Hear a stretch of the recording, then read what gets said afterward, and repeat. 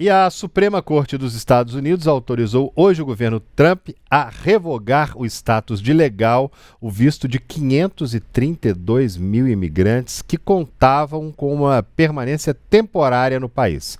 O máximo tribunal atendeu ao pedido apresentado pelo governo de suspender uma ordem judicial da instância inferior que o impedia de encerrar as proteções humanitárias para imigrantes de 4 países: Cuba, Haiti, Nicarágua e Venezuela. E olha só, essas pessoas, gente, chegaram aos Estados Unidos por intermédio de um programa lançado pelo ex-presidente democrata Joe Biden. E a decisão da Suprema Corte, ela é temporária, enquanto o caso, continua sendo julgado em um tribunal de apelações. Pois é, né? Até que ponto essa determinação atinge brasileiros que vivem nos Estados Unidos? É isso que a gente sempre fica pensando. Hoje cedo eu estava ouvindo uma entrevista de um estudante que é da cidade de Governador Valadares, uma cidade aqui de Minas, que manda sempre muita gente lá, é acostumado desde cedo. Os jovens, geralmente homens, são acostumados a já crescer, imaginando que um dia vão para os Estados Unidos, vão viver na América, como se diz. Sonho americano. Sonho americano. Vão viver o sonho americano. De mandar dinheiro para cá e de conseguir construir uma vida. E que ele vinha juntando dinheiro, ele tem 20 e poucos anos, vinha juntando dinheiro há muito tempo, já tinha conseguido guardar ali por volta de 40 mil reais para ir para lá. Teve que ir de uma forma ilegal, acabou indo de uma forma ilegal, atravessando ali com coiotes, aquele risco todo que a gente sabe que é viajar de forma ilegal para os Estados Unidos. Foi quando chegou lá, praticamente foi imediatamente deportado para cá, de volta aqui para o Brasil, perdeu o dinheiro que ele tinha, não conseguiu ver a família que já está lá há muito tempo, porque tem muita gente que vai imaginando que vai conseguir um visto com o tempo. A pessoa chega, entra ali num subemprego, muita gente vai trabalhar num estacionamento, vai trabalhar num lugar onde a lei não chega muito perto, pega um subemprego com um valor mais baixo, com um salário mais baixo, e com o tempo vai tentando, vai conhecendo uma pessoa aqui, uma pessoa ali, vai dando aquele jeitinho e acaba conseguindo um visto permanente lá, quando às vezes consegue permanecer por mais tempo, e aí que tem esse grande perigo. Então, como é que fica, afinal de contas, a vida dessas pessoas que vão ter que vir para cá? O Brasil, inclusive, não tem sido tão prejudicado assim. Viajar de forma ilegal, a gente sabe que, além de ser um risco muito grande, né, o prejuízo pode ser muito grande, e a pessoa chega a correr até o risco de morrer ali numa travessia, que a gente sabe que eles embarcam por formas das mais perigosas, né? E quem vai ajudar a gente a entender um pouco mais sobre esse assunto aqui é o professor de Relações Internacionais do IBMEC, do Rio de Janeiro, que é o José Niemeyer. Muito boa noite, professor. Já obrigado por participar aqui com a gente do Tempo News para falar um pouquinho sobre essas determinações do governo Trump aí. Agora quer mandar todo mundo de volta e volta para casa. É isso que parece que está querendo, pelo menos hoje, né? E ontem. A gente não sabe o que vai ser amanhã, mas hoje e ontem é isso que parece que ele está querendo, né? Boa noite, um abraço a vocês, obrigado pelo convite, um abraço aos assinantes do jornal, a todos, a equipe que me convidou. É muito grave tudo que está acontecendo nos Estados Unidos da América, até porque os Estados Unidos da América, até pouco tempo, e durante muito tempo, eram vistos como baluarte do liberalismo, e do liberalismo puro, né? Um lugar onde a liberdade era respeitada, onde a livre iniciativa, o empreendedorismo, onde se passava uma imagem de que as pessoas podiam construir as suas vidas nos Estados Unidos, sendo norte-americanos ou sendo imigrantes, como muitos construíram nos últimos mais de 100 anos. Né? A imigração sempre foi uma estratégia importante para os Estados Unidos da América, importar imigrantes, vamos dizer assim, receber os imigrantes. Eles criaram riqueza juntamente com o povo norte-americano. E tudo isso está sendo muito questionado pelo governo Trump, muito em função de Trump o tempo todo estar olhando para o seu eleitorado. Né? Um presidente da República não pode governar olhando apenas para parte do seu eleitorado, e parte desse eleitorado é xenófobo, tem um pensamento elitista com relação ao estrangeiro, tem um pensamento preconceituoso com relação ao estrangeiro. Então, Trump está jogando muito para estes que ele acha que formam opinião junto a outros eleitores, e assim ele acha que consegue manter um apoio junto ao seu eleitorado no grande número, né? Mas eu acho que não, eu acho que aos poucos Trump se expõe tanto nessas questões, por exemplo, ligadas à imigração, como está se expondo também com relação às questões ligadas a comércio internacional, importação e exportação, e como está se expondo também com relação à agenda de segurança internacional. Agora, professor, a gente falava aqui, até mesmo antes de o senhor chegar para conversar conosco, dessa questão dos brasileiros, né? Dessa insegurança que gera, do famoso sonho americano, os brasileiros que sonham em viver lá, sonham em estudar. Teve a questão dos vistos também essa semana, pessoas que estavam se programando aí há anos, né, a estudar nos Estados Unidos. E aí veio essa decisão de hoje, né? Até que ponto uma decisão como essa de hoje pode, de fato, repercutir também em relação aos brasileiros? Eu acho que pode repercutir, sim, até porque, em paralelo a tudo isso que está acontecendo, com relação a uma agenda mais ampla de combate ao imigrante, né, que Trump e sua equipe de imigração está colocando em prática, tem a questão também particular, mais específica, deste conflito, né, de opiniões sobre o posicionamento do deputado licenciado Eduardo Bolsonaro com relação ao ministro Alexandre de Moraes e a maneira que isso está sendo levado pelo governo dos Estados Unidos, principalmente pelo Departamento de Estado. Então, o Brasil pode aparecer duas vezes na mídia, nessa questão específica com relação a essa posição e essa postura de Eduardo Bolsonaro em, de qualquer maneira, expor um dos ministros da Suprema Corte brasileira e, ao mesmo tempo, os imigrantes brasileiros serem vistos também como imigrantes que podem trazer, na agenda de Trump, dificuldades para os norte-americanos, vai buscar ocupar os empregos de norte-americanos, vai buscar ocupar as vagas nas universidades norte-americanas, essa fantasia que o governo Trump muitas vezes coloca para o seu eleitorado, né? Professor, queria saber do senhor, na verdade, fazer duas perguntas para entender um pouco melhor sobre esse trâmite burocrático mesmo. A primeira pergunta para o senhor é como que funcionam esses vistos de permanência temporária? Né, define-se um prazo, aqueles imigrantes têm que cumprir ou eles estão autorizados a cumprirem algumas tarefas, serem empregados em alguns lugares, enfim, para entender um pouco dessas regras. E uma segunda pergunta relacionada a essa é se esses imigrantes com esse visto de permanência temporária podem buscar algum órgão norte-americano para tentar algum respaldo, podem de alguma forma buscar a justiça para tentar a permanência, para não terem que voltar para suas casas, por exemplo? Olha, eu não sou especialista nessa questão técnica de vistos, né? O que eu sei, com a minha experiência também em viagens internacionais, você tem o visto para turista, você tem o visto em um caráter mais profissional e você tem o visto para estudante. É bom que sempre fique claro o motivo da sua viagem, porque você vai ser questionado no momento que chegar, por exemplo, nos Estados Unidos da América, ou em algum país europeu, algum país do Oriente, qual é o motivo da sua viagem. Com relação a você poder recorrer em alguma autoridade norte-americana sobre a negação do visto, aí eu acho muito difícil.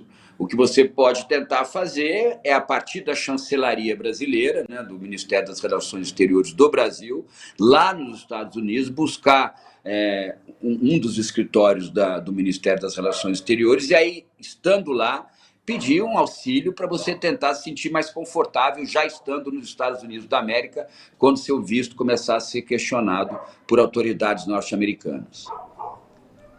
Agora, professor, aquelas pessoas que estão aqui no Brasil e também para outras que estão lá fora também nos acompanhando aqui, qual que é a recomendação nesse momento? A pessoa que tinha planos aí, estava planejando, estava guardando dinheiro, pensando em se mudar para os Estados Unidos, até de forma legal, muitas delas, o momento agora é de esperar, né? O momento agora é esperar essa poeira baixar, ver o que vai acontecer, porque as decisões lá nos Estados Unidos têm sido tomadas muito uma em cima da outra e muda uma coisa, muda outra. Quer dizer, agora é o momento de dar um tempo, né?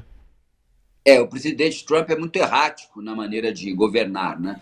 Ele tem movimentos de stop and go, ele começa e para um processo determinado, né? Seja na área do comércio, seja na área da imigração, e infelizmente, que é o mais grave, seja na área da segurança internacional. Se for uma viagem de turismo, acho que pode aguardar, vai ter uma perda financeira específica, né?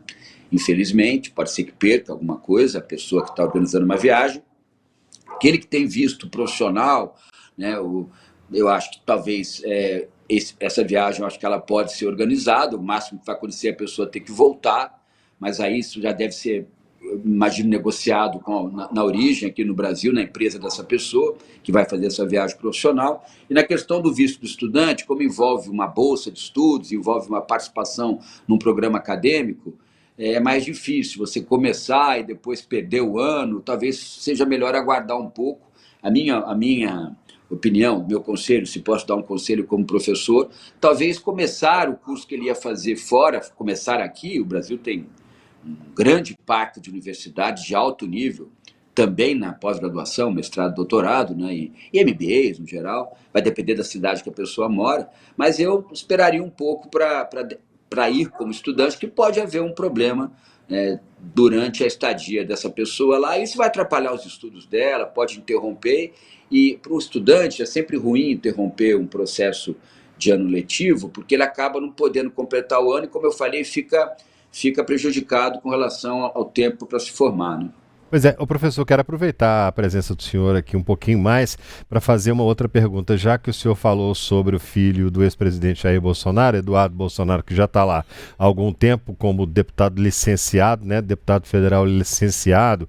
A gente tem ali ele afirmando isso em vídeos, que está lá articulando, né, essas sanções contra uma determinada pessoa aqui da Corte Brasileira, Alexandre de Moraes. No entanto, os Estados Unidos soltam um comunicado falando que pessoas, funcionários públicos que queiram de alguma forma cortar a liberdade de expressão estão proibidos de entrar no país, e algum secretário ou outro, algum norte-americano ligado ao poder público lá também cita o nome de Alexandre de Moraes. Quando a gente fala isso, nós podemos sentir que o governo norte-americano está falando não é apenas para uma pessoa especificamente, o senhor Alexandre de Moraes, mas ele está falando para o poder judiciário brasileiro, para a justiça brasileira. Isso, no que diz respeito às relações internacionais, quebra algum tipo de protocolo, quebra algum tipo de acordo? Olha, se fosse o caso de um cidadão brasileiro chegar nos Estados Unidos e começar a mencionar sobre um outro cidadão brasileiro que aqui ficou e fazer críticas sobre esse cidadão, eu acho que é um processo natural. Nós podemos ir para um país e fazer críticas sobre um determinado cidadão que aqui ficou, ou até fazer críticas sobre um partido político. Nós podemos. Isso não seria crime. O grave da questão é que é um deputado licenciado, filho de um ex-presidente da República, alguém articulado com grupos de um espectro ideológico específico dos Estados Unidos, um grupo que é muito mobilizado hoje nos Estados Unidos, que é muito ligado a uma extrema-direita, nem diria que é uma direita norte-americana, uma direita liberal, conservadora, mais uma extrema-direita.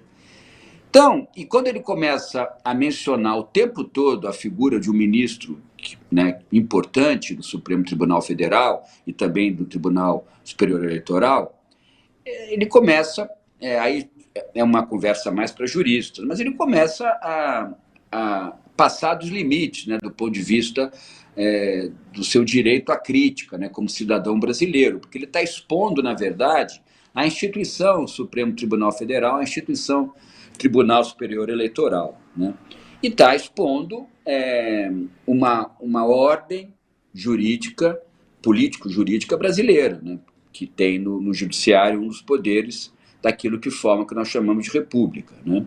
Ele acaba expondo também o Congresso, porque ele é um membro licenciado do Congresso, ele acaba fazendo direta e indiretamente uma crítica ao Executivo, né? Isso ele faz sempre, né? Sob o comando do presidente Lula e dos partidos da coalizão. Então, eu acho que é um nível de exposição demasiado, exagerado, que está buscando o deputado licenciado Eduardo Bolsonaro, e ele pode até conseguir algum respaldo, parece que está conseguindo, né, algum respaldo por parte de autoridades norte-americanas, mas ele também, esse talvez seja o ganho dele, né, para ele, ou para o grupo político que ele representa, ou que ele ainda representa, mas ele vai ter que talvez sofrer imposições, limites a partir